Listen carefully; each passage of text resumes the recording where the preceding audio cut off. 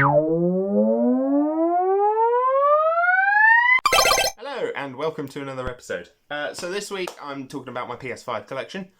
As you can see, they are gone from the gap. I've recently picked up another 3 that I thought would be interesting to talk about. I haven't got around to playing them yet, but I only got them yesterday. So anyway, I'm just going to start with some of the ones that I really like, and some of the ones that I really freaking hate.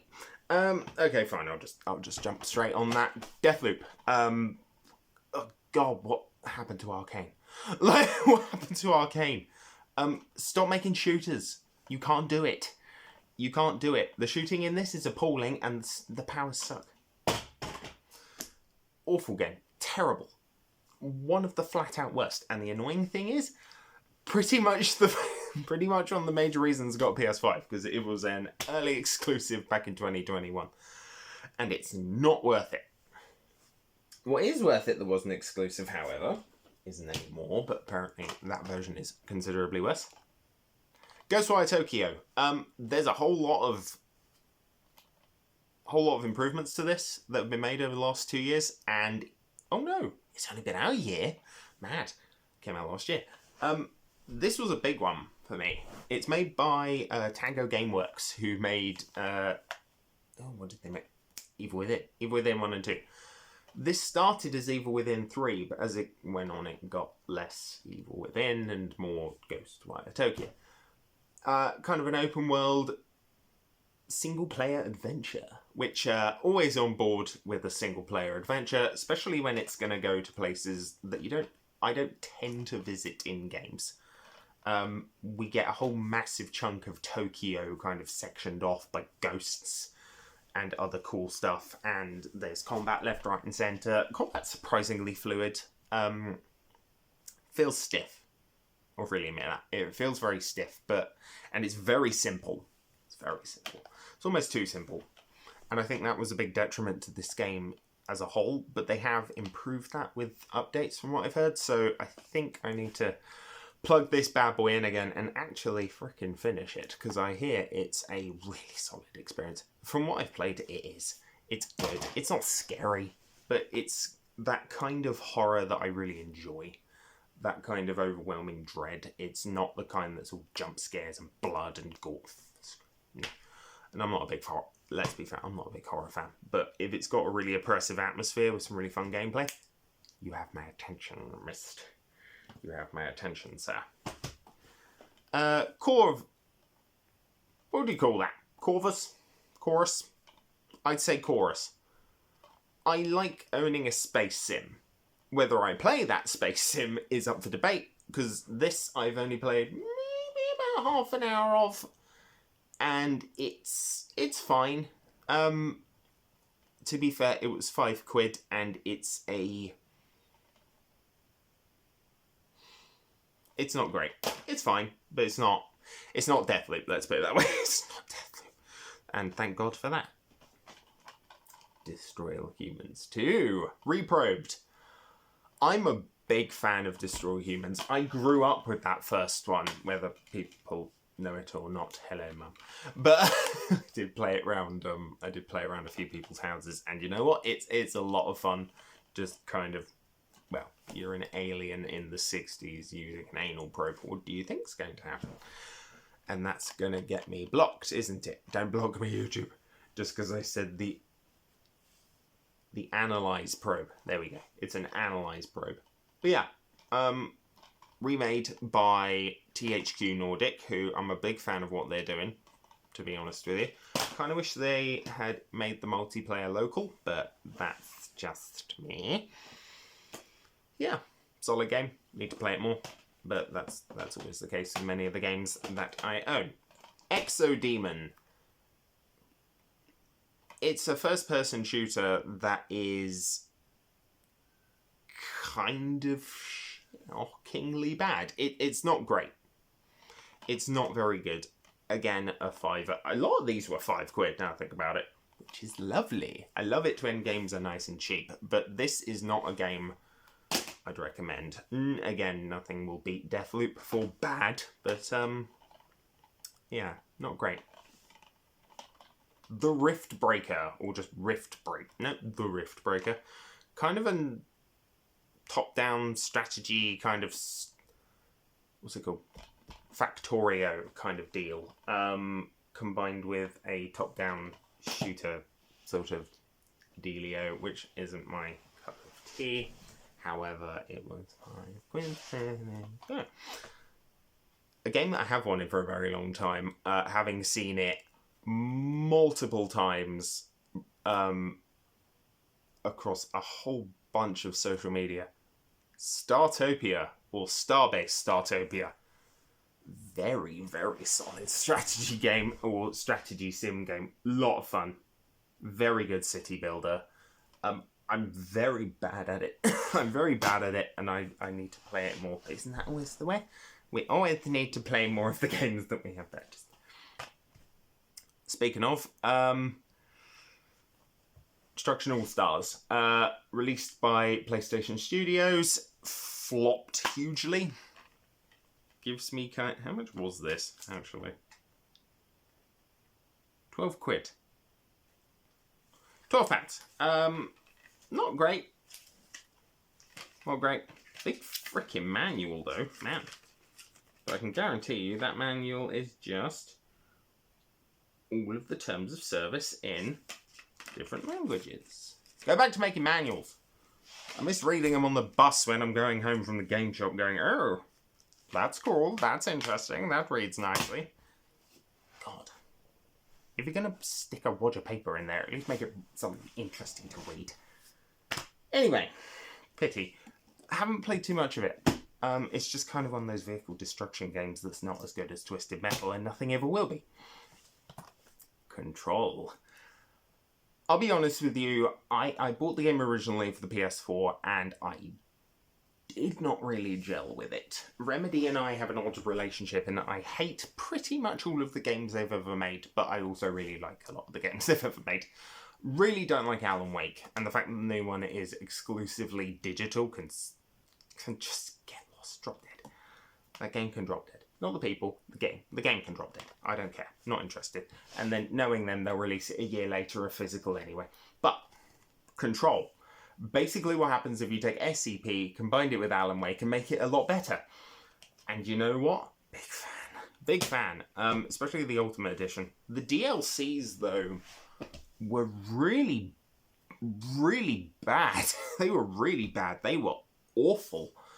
The central game is really solid. The gameplay is really solid. It's just, it really is a lot of fun. The DLCs are really shit. They are really shit. They are really just honestly disappointing. Honestly, really disappointing. Anyway, unfortunate, but does happen. MechWarrior 5. I had this on PS4. Which cost me a tenner. I traded it in directly for that. So, whatever. It's just basically the same game, but looks a little bit better. And I wanted more games for the PS5, because I had like 10 when I bought... Well, no. Yeah, I had like 10 when I bought that, so whatever. Anyway. Evil West. I'll be perfectly honest with you. I got this for one reason only. It reminds me of Dark Watch. For the original Xbox PS2, way back in 2005. I found the art book for that game about 4 years ago in a charity shop. And you know what? This honestly, if they just renamed this Death Watch, I'd be way all over it. Haven't actually got around to playing it, but as long as it doesn't turn out to be a Souls-like in disguise, I think we'll be on the money. Speaking of Souls-likes, however, they're not my favourite genre. However, Steel Rising very much got my attention. Strictly because you're a clockwork woman tasked by Marie Antoinette with killing, or finding out why Louis the 14th has gone insane and basically decided to kill pretty much everyone in France with his massive clockwork alchemy-powered army. Now, I'll be honest with you, I don't like Souls-likes. I don't like games that are unnecessarily difficult. But the fact that Steel Rising went, hey, an easy mode. I went, okay, that's fine. I'll give it a go. Because I wanted to use it as a test bed to see how much I would dislike Souls-likes, and it's a good indicator. Now, I like the game. I like the combat. I think it's really good. I think the story is really interesting. The world's really good. Blah, blah, blah. It looks gorgeous, at least in terms of character design. It's not gorgeous in terms of graphics. It is dated beyond all measure. But it's a very good indicator of why I would hate playing these games. Because I play most games with cheats, if I can, because I prefer to have fun than to be miserable. And I'm playing Steel Rising with absolutely no damage. But every time I get knocked down, that kind of makes me go, I'd be dead there. I'd be dead there. I'd be dead there. And it's a lot, especially on that first major boss. I'd be dead 100 times over, and I don't think I would have played the game beyond maybe the first hour. At that, if that first hour would be an absolute no-no. But yeah. Speaking of, however, it was developed by Spider. And I have another game by Spider, if it unsticks itself from better games. Greedfall. Greedfall's an RPG of dubious quality, kind of in keeping with a lot of Spider's development history. It's kind of lackluster in terms of gameplay in a lot of different ways. The factions are quite interesting, and the setting it's colonial fantasy, which I'm all for something like colonial fantasy. That is not something... Like, if there's one thing I can say about Spider, it's they do stuff that's really freaking weird, but very freaking cool. Just taking, like, these historical eras that don't get touched by fantasy or sci-fi or any of that stuff, and just make them different enough to be compelling. That being said, I haven't actually played Greedfall too much. I've played maybe like 2 hours, and it's certainly a game I really want to get back into, because it's just weird enough for me to enjoy. So I'll be coming back to Greedfall, I think. Another kind of biggish, boxy kind of game here. 2 Point Campus. I'm a big Theme Hospital fan. I need to track down 2 Point Hospital, but I'm such a big fan of Sega just basically going, you know what, we're going to make all of Bullfrog's games. Now, if they could grab Dungeon Keeper from the bowels of EA, that would be great. Yes, please give it back. Give back Dungeon Keeper. Let us have 3. Never mind. But yeah, 2 Point Campus, good game. Very good game. Very solid game. Lot of fun. Just really stupid. Really stupid, but it's that glorious kind of stupid that made me fall in love with Theme Hospital in the first place. In fact, to the point where my wife bought me Theme Hospital, if I can see it. There it is. Theme Hospital on the PS1. Massive fan. Honestly. Used to play the ever-loving juice out of that game back in the day. But yeah. Anyway, moving on. I'll get to you know what? You. Iron Harvest. This, in addition to Deathloop and in addition to Ghostwire Tokyo, were my principal reasons for getting a PS4. 5. Yes, I know they're not typical games that most people will be like, I want the new God of War, or I want the new what's it called, Demon Souls remake, or I want Returnal, which... Why are you torturing yourselves with Returnal, honestly? Most people have not finished that game because it's just too hard. It's too difficult, and it's not worth it. This, though, I like an RTS. I've got a lot of console RTSs. I may do a video on it. It's a genre that has slightly died, but also slightly coming back. And this has everything in it. This has all of the DLC. It's got all of the factions. It's got a very in-depth campaign that's just very cool. And yet it's a game I'm very, very bad at. It reminds me of Grey Goo by Petroglyph. That was a game that There was one faction that I really wanted to be good at, but I'm really bad at. So I just practiced the ever-loving hell out of it until I could play it properly. And I think this is going to be one of those games that's very much the same. But it's good. It's very good. I just maybe need to sit through some of the godforsaken tutorial missions again. Hey, let's make it a snowball fight. Don't do that. It's bad. Yeah, okay, a couple smaller games, I think. Lake.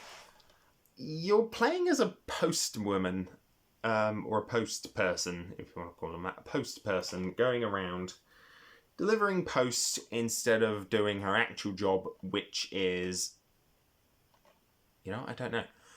You can kind of get into a pretty cool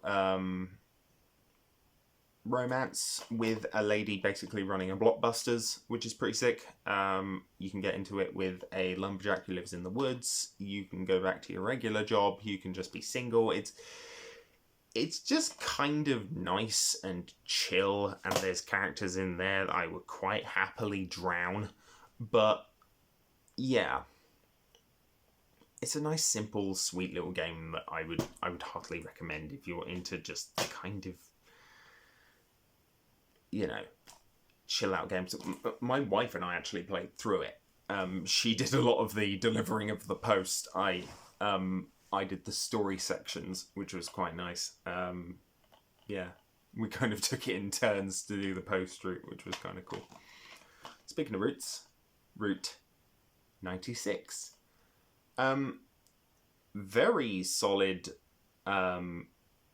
Very solid walking sim, which is basically what this is. It's basically a randomized walking sim. I think I got about you do about 5 or 6 different characters before you hit the end.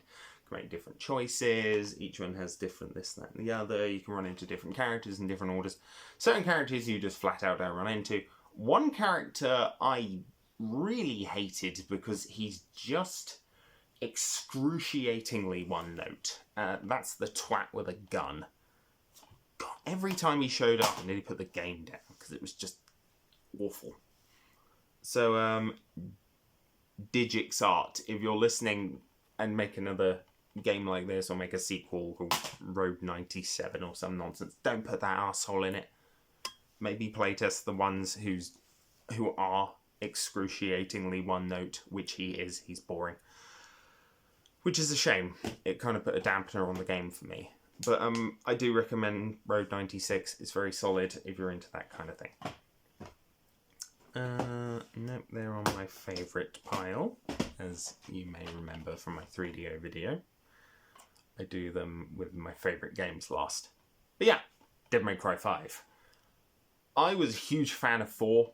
In fact, I bought this game new in 2019, only to then trade it in because it was at a time where I really couldn't afford to buy games new and I needed the money back. So I unfortunately had to take it back.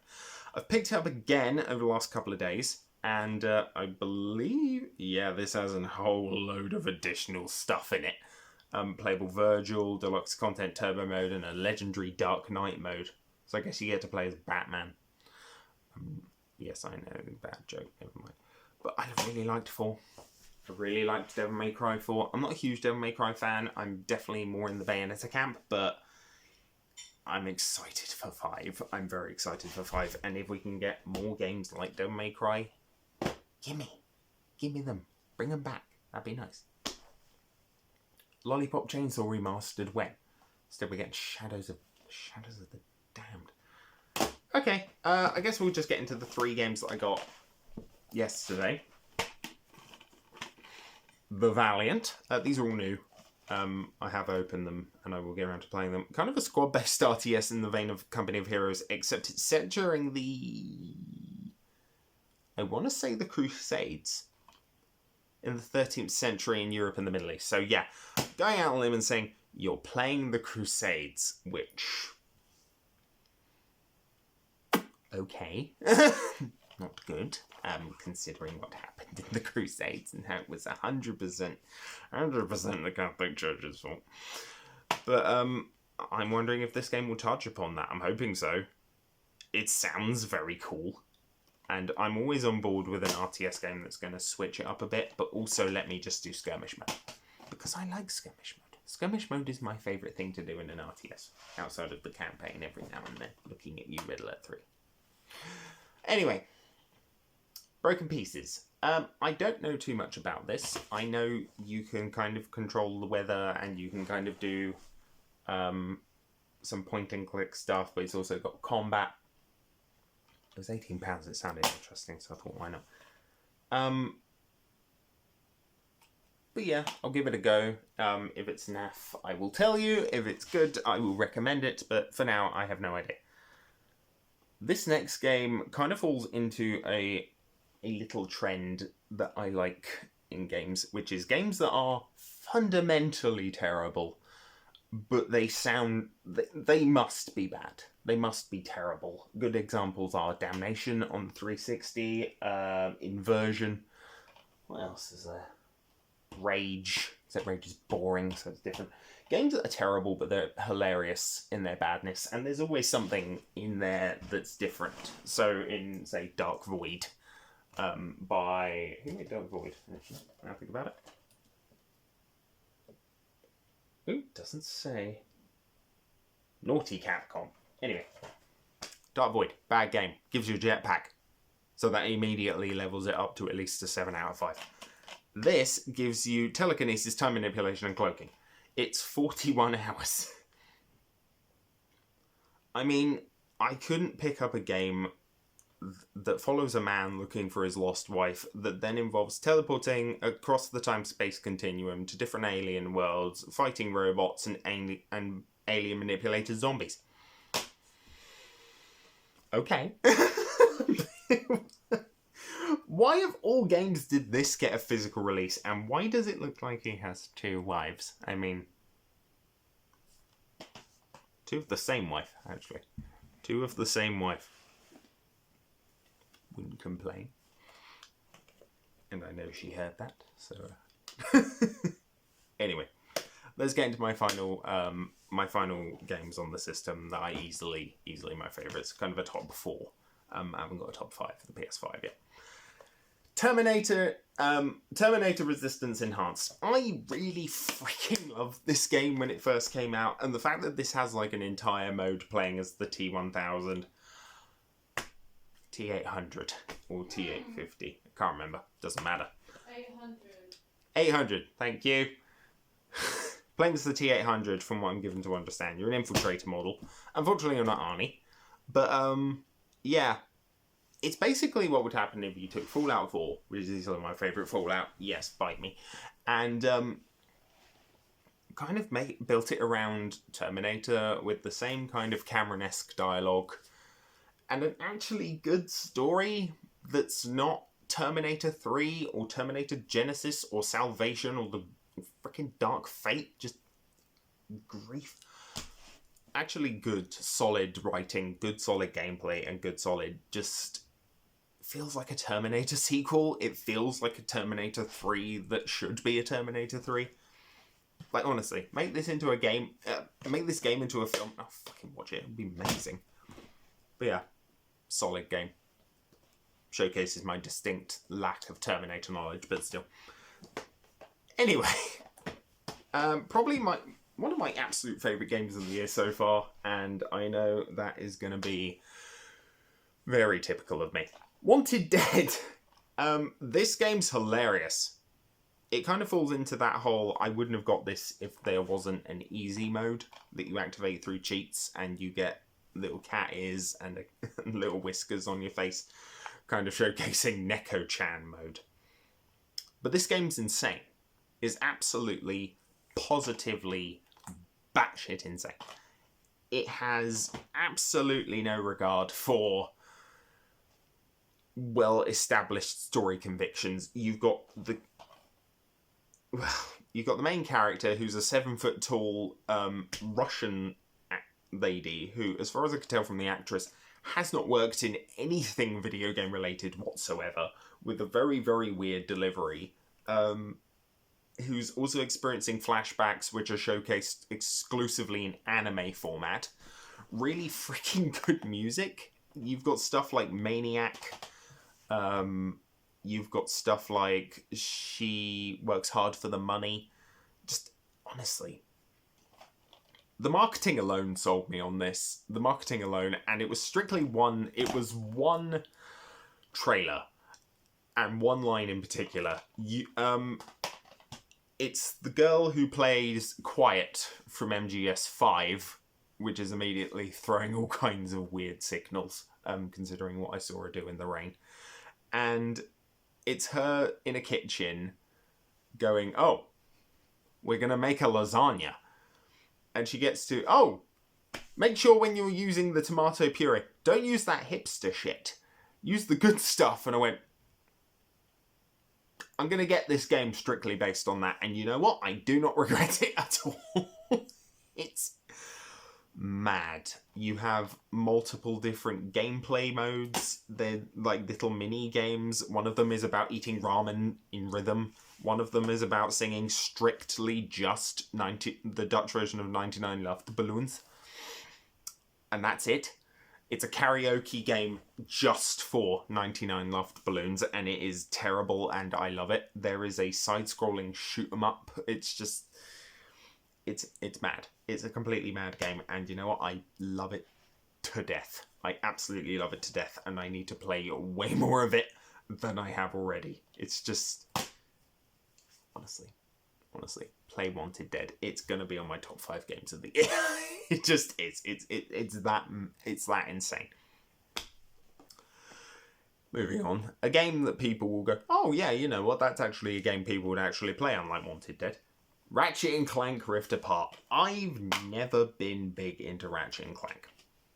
I haven't. I've never been big into Ratchet and Clank. I've never found it engaging. I grew up strictly on the GameCube, and with Sonic, I didn't get into the PS2 until much later, and Ratchet and Clank was just kind of a little too out far the realm for me. Much like a lot of these old platformers are for a lot of people. They're not what you grew up with, so as a result, you can't quite get into them as much.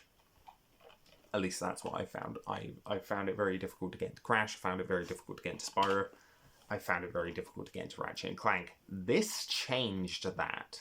This game is charming, it's fantastic, it plays really freaking well, it's bloody funny. It's not immeasurably replayable, but I'll be honest with you, any future Ratchet and Clank game they release, I will be buying it. Because that is just that good. Rift Apart is just that good. And the idea of them bringing back the games again, or bringing back, or doing more Ratchet and Clank, I'm all over that. And then you've got Rivet, and her name escapes me. That's disappointing. But,